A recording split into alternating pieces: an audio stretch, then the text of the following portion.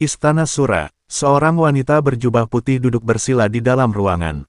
Di depannya ada tungku yang terus-menerus mengeluarkan kabut putih, membuat ruangan penuh dengan asap. Pada saat ini, pintu terbuka dan tetua ketiga berjalan masuk perlahan.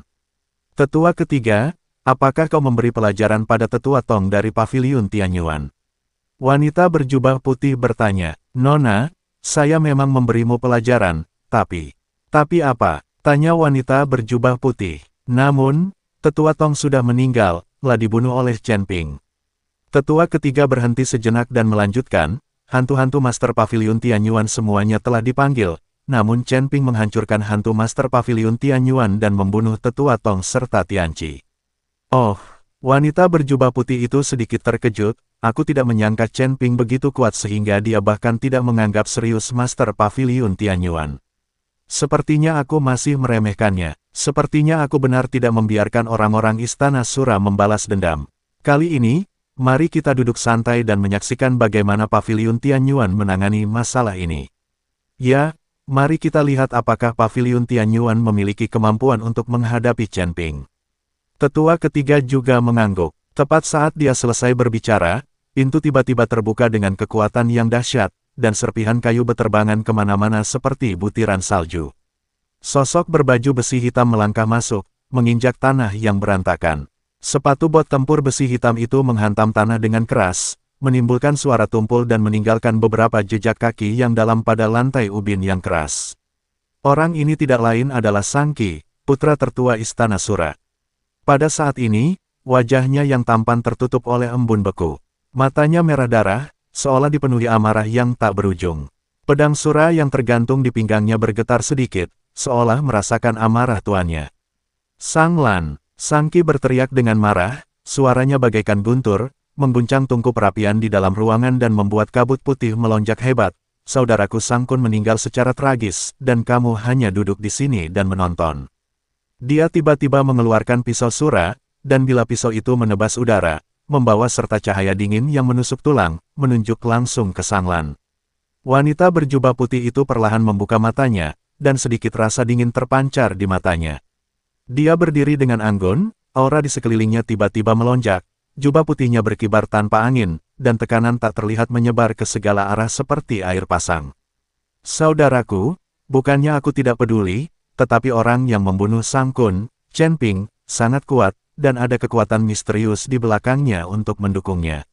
Sang Kun adalah orang yang pertama kali memprovokasi saya dan digunakan sebagai senjata. Jika saya membalas dendam dengan tergesa-gesa, itu hanya akan menyebabkan Istana Sura jatuh ke dalam situasi yang tidak dapat diperbaiki. Suara Sang Lan sedingin es, setiap katanya jelas, namun penuh dengan keagungan yang tak perlu diragukan. Omong kosong, Sangqi meraung, urat-urat di dahinya muncul. Kapan Istana Suraku menjadi begitu pengecut? Aku tidak peduli kekuatan macam apa yang ada di belakangnya. Jika dia berani membunuh seseorang dari Istana Suraku, aku akan mencabik-cabiknya.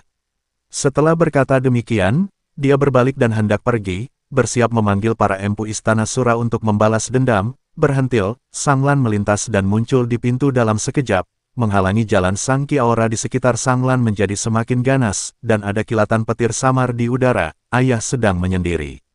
Sekarang aku yang bertanggung jawab atas Istana Sura. Tidak seorang pun diizinkan bertindak gegabah tanpa perintahku. Sangqi tertawa terbahak-bahak, tawanya penuh dengan ejekan dan penghinaan. Hanya kamu. Seorang wanita ingin memimpin Istana Sura. Tidak ada yang bisa menghentikanku hari ini. Dia mengayunkan pedangnya dengan ganas ke arah Sang Lan. Pedang itu begitu ganas hingga mengeluarkan suara bagaikan menerobos angin, seolah-olah akan membelah semua yang ada di depannya menjadi dua. Mata Sang Lan berbinar, dan dia membentuk segel dengan tangannya. Sebuah perisai hitam langsung terbentuk di depannya. Pedang Sura menebas perisai itu dengan keras, menyebabkan cahaya yang menyilaukan dan suara gemuruh yang besar. Gelombang udara yang kuat itu menjungkir balikkan semua meja dan kursi di ruangan itu, dan tungku perapian juga terguncang dan terlempar ke belakang. Kabut putih memenuhi seluruh ruangan.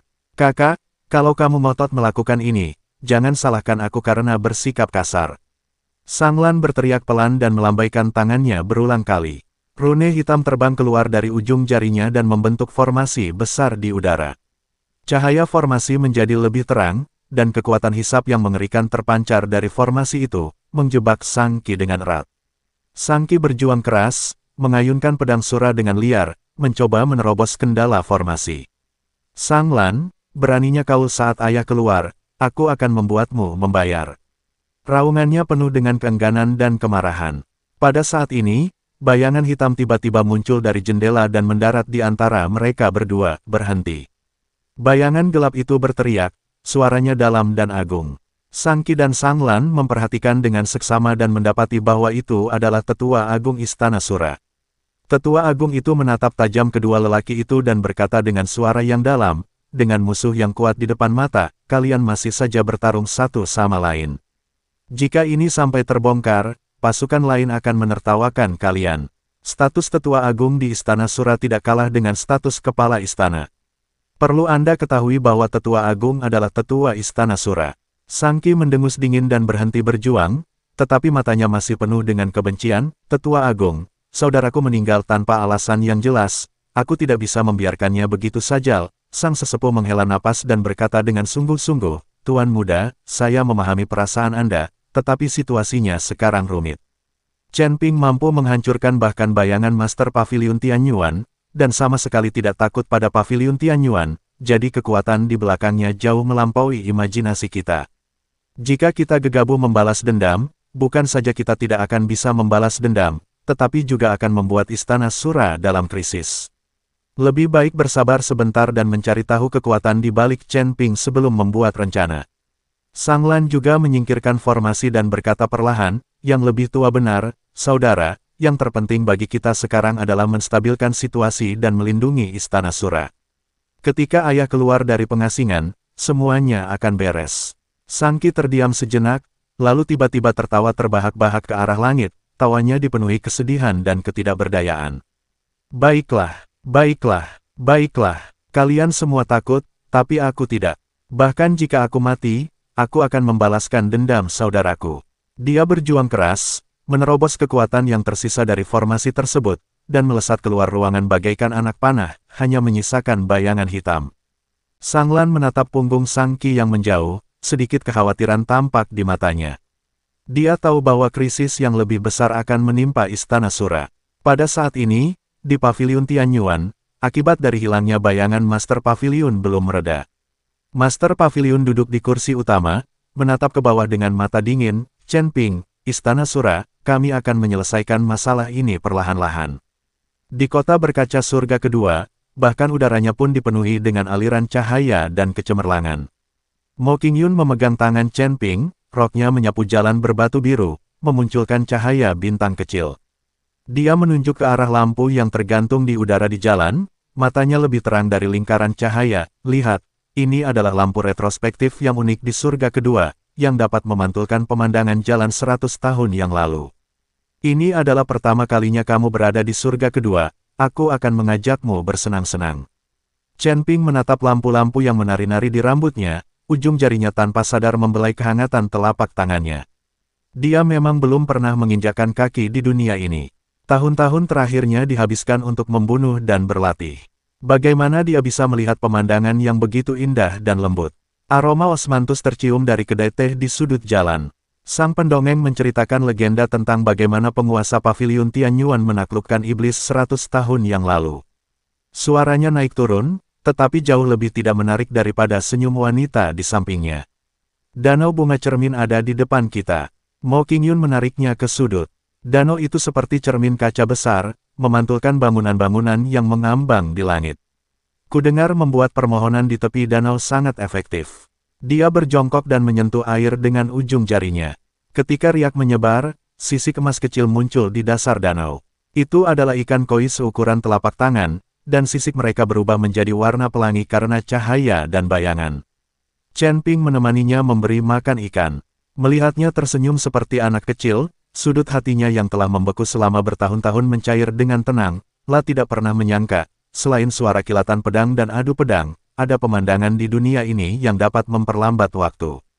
Hingga aura dingin dan jahat tiba-tiba merobek udara, dan lampu di tepi danau meredup. Chen Ping, raungan marah itu seperti guntur. Baju besi hitam Sang Qi berlumuran darah, dan cahaya dingin dari pedang Sura menembus punggung Chen Ping. Dia jelas telah melacaknya sejak lama. Auranya sekeras gunung berapi yang akan meletus.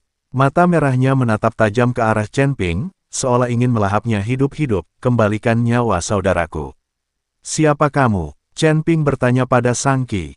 Istana Sura, Sang Qi, Sang Kun yang kau bunuh adalah saudaraku. Setelah Sang Qi selesai berbicara, dia mengayunkan pedang Sura di tangannya. Raut wajah Mo Qingyun tiba-tiba berubah, dan tanpa sadar dia mendorong Chen Ping ke belakang, namun dia tersapu oleh angin dari pisau itu, dan lengan bajunya langsung robek. Tatapan mata Chen Ping berubah dingin, dan dia menghalangi Mo Qingyun dengan lengannya. Dengan tangannya yang lain, dia memegang pedang pembunuh naga dan menebas ke arah pedang Sura, dentang. Suara logam yang beradu menyebabkan riak-riak di permukaan danau, dan ikan koi pun menyelam ke dasar danau karena ketakutan. Sang Qi terkejut dan mundur 3 langkah. Buku-buku jarinya retak dan berdarah, tetapi matanya dipenuhi kegilaan. Kamu punya beberapa keterampilan. Tapi kamu harus mati hari ini. Pedangnya berubah momentumnya, berubah menjadi bayangan pedang di seluruh langit. Setiap gerakan pedang membawa jurus pembunuh rahasia Istana Sura, dan setiap gerakannya mematikan. Chen Ping menggerakkan kakinya sedikit, dan sosoknya bergerak di antara bayangan pisau bagaikan hantu. Dia tidak menggunakan kekuatan penuhnya, pertama karena dia khawatir dengan kehadiran Mo Qingyun, dan kedua karena dia ingin melihat seberapa mampu putra tertua Istana Sura itu. Namun serangan Sang Qi menjadi semakin putus asa, dan dia sama sekali mengabaikan kelemahannya sendiri, dan jelas bahwa dia ingin mati bersama lawannya, bertindak gegabah. Chen Ping mendengus dingin dan tidak menahan diri lagi. Cahaya keemasan pedang pembunuh naga tiba-tiba meningkat, dan berubah menjadi naga emas, menebas ke arah pedang Sura. Dengan hembusan pedang energi itu dengan mudah memotong bilah pedang Sura, dan menebas bahu Sang Qi dengan kekuatan yang tersisa. Baju besi hitam itu hancur dan Sang Qi menjerit, berlutut dengan satu kaki, dan menatap luka di bahunya dengan tak percaya. Dia telah berlatih keras selama bertahun-tahun dan mengira dirinya yang terbaik di antara rekan-rekannya, tetapi dia begitu mudah dikalahkan oleh Chen Ping. Saudara laki-laki, teriakan Sang Lan terdengar dari kejauhan. Dia bergegas bersama Tetua Agung dan yang lainnya, hanya untuk melihat bahwa Sang Qi sudah terluka parah. Pupil mata Tetua Agung tiba-tiba mengecil, dan auranya meledak seketika. Tekanan tak terlihat menyelimuti seluruh tempat, dan udara di kota Liuli tampak membeku. Dia menatap Chen Ping, suaranya sedingin es. Chen Ping, aku menghormatimu sebagai pahlawan, tetapi jika kamu menyakiti putra tertua hari ini, bahkan jika semua orang di Istana Sura keluar, kamu akan dibunuh tanpa tempat pemakaman. Hati Mo Qingyun menegang, dan tanpa sadar dia memegang tangan Chen Ping. Kekuatan Tetua Agung Istana Sura tidak terduga. Jika perkelahian benar-benar terjadi, mereka mungkin tidak akan bisa lolos tanpa cedera. Namun, Chen Ping hanya tersenyum tipis, dengan sedikit sarkasme dan penghinaan dalam senyumannya. Dia menatap Sang Qi yang tengah berlutut di tanah, lalu perlahan mengangkat pedang emasnya, ujung pedang mengarah ke tenggorokarinya. Tidak ada tempat untuk menguburkan orang mati. Suara Chen Ping sangat lembut, tetapi semua orang dapat mendengarnya dengan jelas. Kapan aku, Chen Ping, pernah takut akan ancaman dalam hidupku? Ketakutan melintas di mata Sang Qi dan dia ingin memohon belas kasihan, tetapi niat membunuh di mata Chen Ping mencekiknya. Kakakmu Sang Kun adalah orang yang pertama kali memprovokasiku, jadi dia pantas mati. Ujung pedang Chen Ping sedikit bergetar.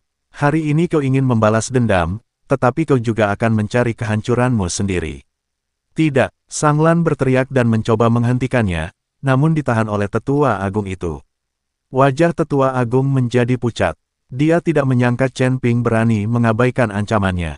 Ini bukan ancaman, ini peringatan. Sang Tetua Agung menatap Chen Ping dengan dingin, matanya penuh dengan penghinaan.